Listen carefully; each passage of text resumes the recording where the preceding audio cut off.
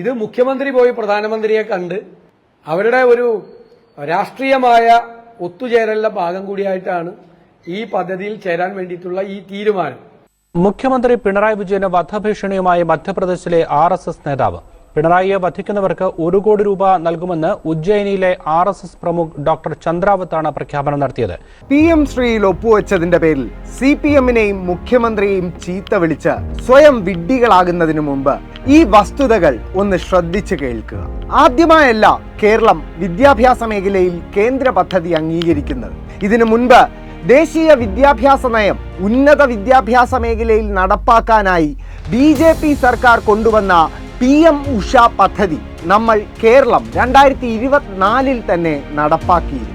ഒരു വർഷത്തിനിപ്പുറം കേരളത്തിന്റെ ഉന്നത വിദ്യാഭ്യാസ മേഖല കാവ്യവൽക്കരിക്കപ്പെട്ടു, അല്ലെങ്കിൽ സിലബസ് BJP അനുകൂലമായി എന്നിവിടത്തെ പ്രതിപക്ഷം പോലും പറയില്ല. കാരണം അങ്ങനെ സംഭവിച്ചിട്ടില്ല. പിന്നെ എന്താ സംഭവിച്ചേ? കേന്ദ്രം ഉന്നത വിദ്യാഭ്യാസ മേഖലയിൽ തടഞ്ഞുവെച്ച ഫണ്ട് മുഴുവൻ കേരളത്തിന് ലഭിച്ചു. സിലബസും സിസ്റ്റവും ഒക്കെ പഴയ കേരള മോഡലായി തന്നെ തുടരുന്നു. ഇത് തന്നെയാണ് PM ശ്രീയിലും നടക്കാൻ പോകുന്നത്.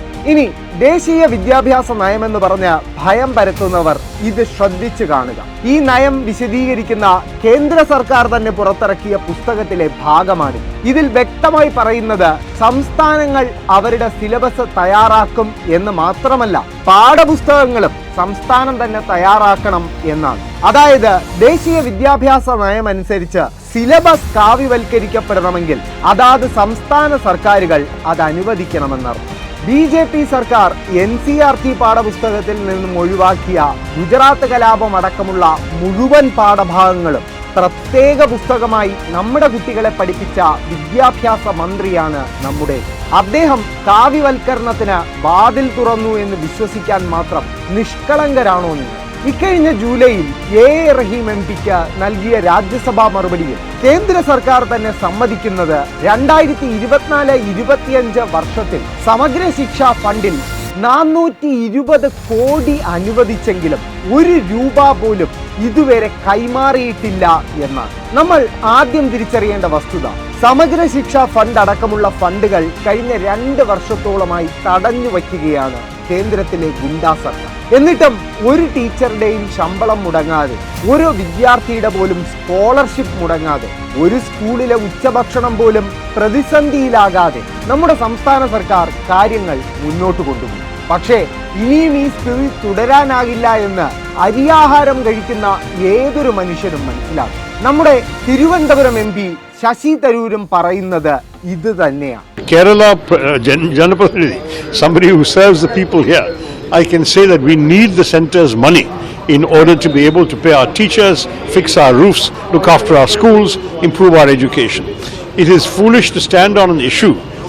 After all, the centre cannot dictate the curriculum. If they are saying we will not take 1,500 crores of centre's money because they are going to saffronize our education, then they are lacking in self-confidence. To my mind, Kerala knows how to teach, what issues to teach, what issues not to teach, but the centre's money we need. This is taxpayers' money, and the Kerala taxpayer is also entitled to benefit from it. ഇപ്പോൾ തെരുവിൽ ബഹളമുണ്ടാക്കുന്ന കോൺഗ്രസ് ഭരിക്കുന്ന എല്ലാ സംസ്ഥാനങ്ങളിലും PM Shri മാത്രമല്ല, ദേശീയ വിദ്യാഭ്യാസ നയം പ്രകാരമുള്ള സിലബസ് പോലും നടപ്പാക്കി കഴിഞ്ഞു. അവർക്കൊക്കെ തടഞ്ഞുവെച്ച ഫണ്ട് ലഭിക്കുകയും ചെയ്യും. പക്ഷേ കേരളത്തിന് ഫണ്ട് ലഭിക്കുന്ന കാര്യം വരുമ്പോൾ കോൺഗ്രസിന് ആശങ്കകളും ബഹളവുമൊക്കെയാണ്. ഈ കോലാഹലങ്ങൾക്കിടെ നമ്മൾ എല്ലാവരും മറക്കുന്ന ഒരു പ്രധാനപ്പെട്ട കാര്യമാണ്.